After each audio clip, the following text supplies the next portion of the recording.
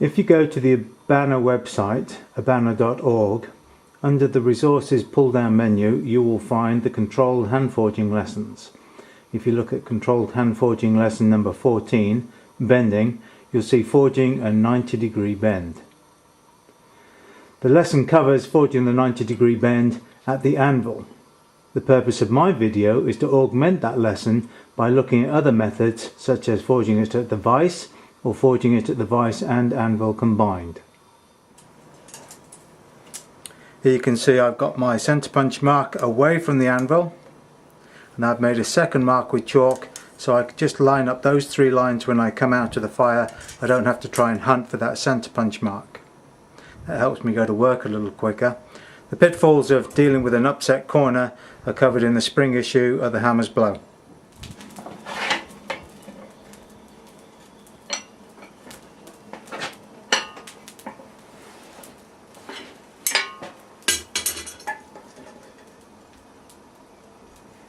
I'm going to bend that around. It's not quite 90 degrees. And you can see I have sufficient heat to be able to go to work. But if I go to work now, I run the risk of galling that inside corner. So I'm just going to move that out a little bit, only by ½ inch. Now I can take end of that bar to protect the bend from closing.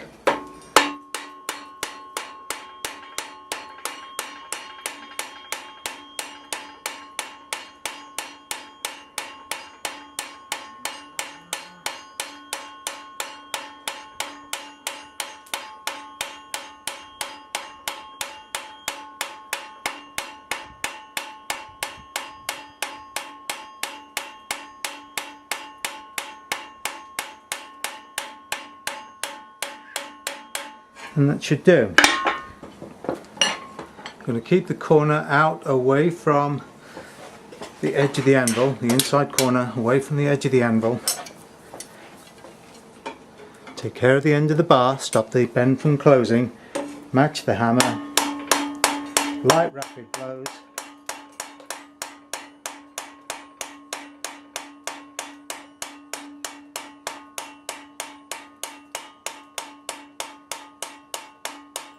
And I'm going to stop there. I still have plenty of heat, so I'm going to turn this around and work the other side.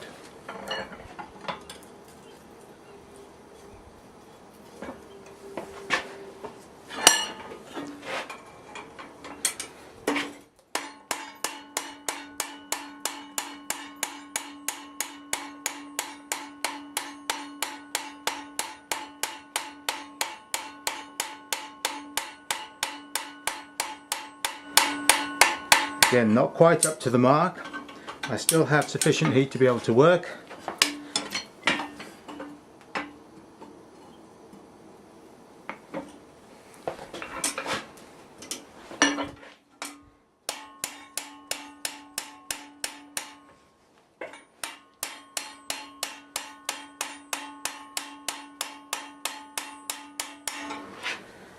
And now I'm going to go back to the fire.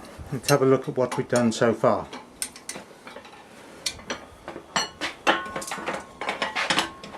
There's my centre punch mark. There's my centre punch mark. There is one flat, and there is the other flat.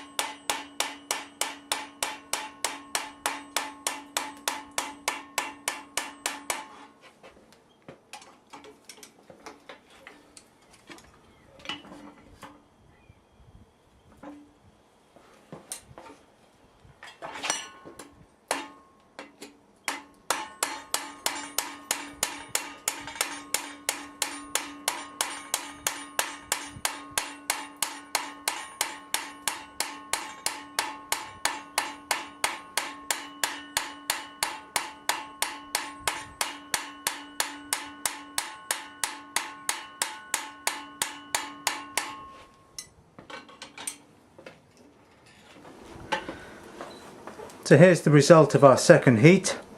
You can see that the two flats are coming very close together. This side I think is finished. This side needs a little more work. I'm going to go to the anvil now and dress some of this excess material and try and force that out to the outside of the corner to fill in that gap.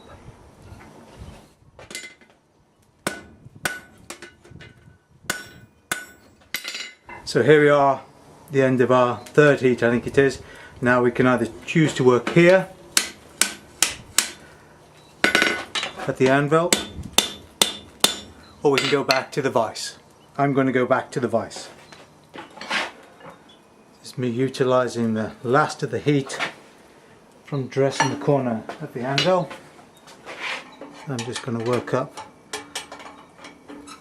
this side.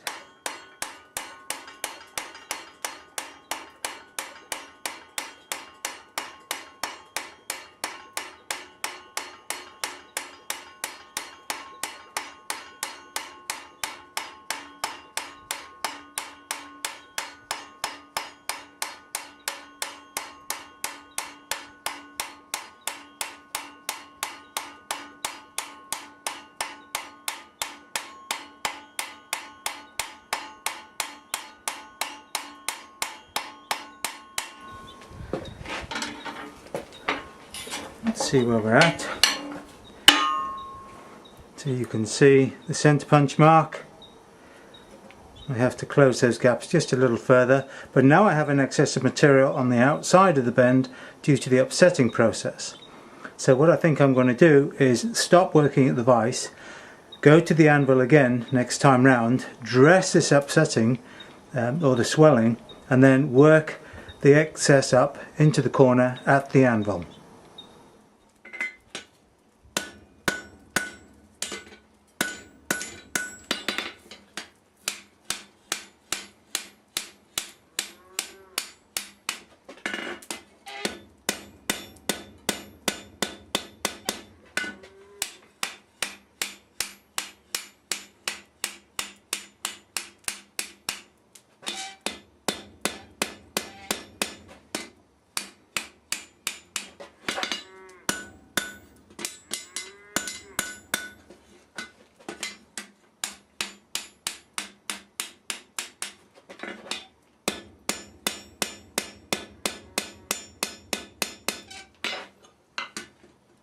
Here's the result of working at the anvil.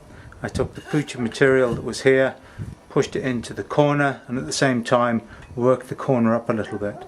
I'm hoping you can see that the centre punch mark is in line with the diagonal from the inside to the outside the corner, and then I've managed to retain parent stock thickness. You'll also note, I hope, that the bar or the corner is open from 90 degrees. Don't forget that's leading into a scroll. I'm not so worried about this because it's going to get drawn down. This will be my inside of my two square corner bends. There's my second square corner, and then the rest of that will be drawn down. Look at the second corner. Again, I have a chalk mark.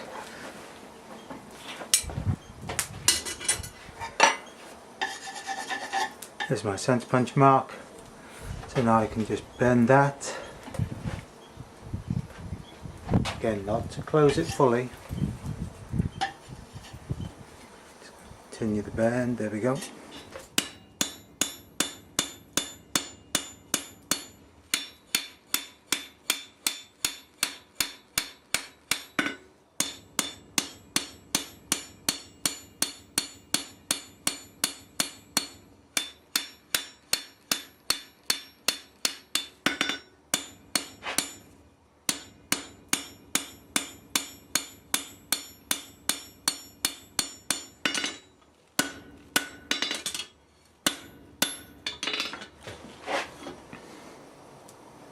So our centre punch mark is in the middle of the bend. You'll notice that my bend here opens up due to inertia. Typically I would forge along the anvil and have a block in the hardy hole, but I can't get my camera angle right. So I'm having to work here at the step, and the bounce is causing this bend to open up. Not a big deal.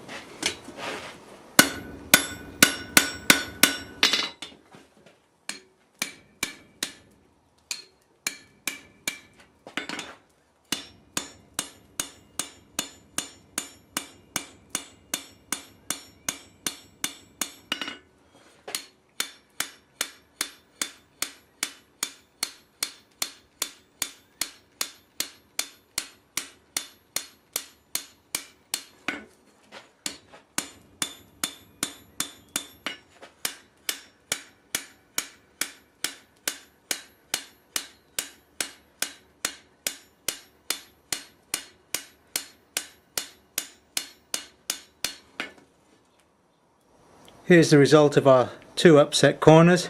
You'll notice I hope that the centre punch marks are in the middle of the corner. The 2 end pieces are somewhat parallel and the middle bar is at an angle, meaning that these bends, these upset bends, are open from 90 degrees, which will allow us to scroll these as per the drawing without putting undue pressure on the stress riser points.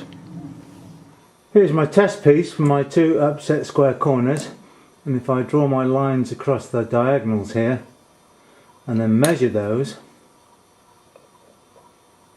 I can see I'm at 2 1/16 of an inch between my centre punch marks.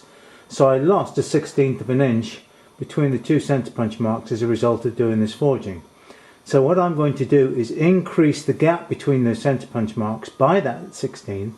So I'm going to go from 2 1/8 to 2 3/16 to compensate for that loss.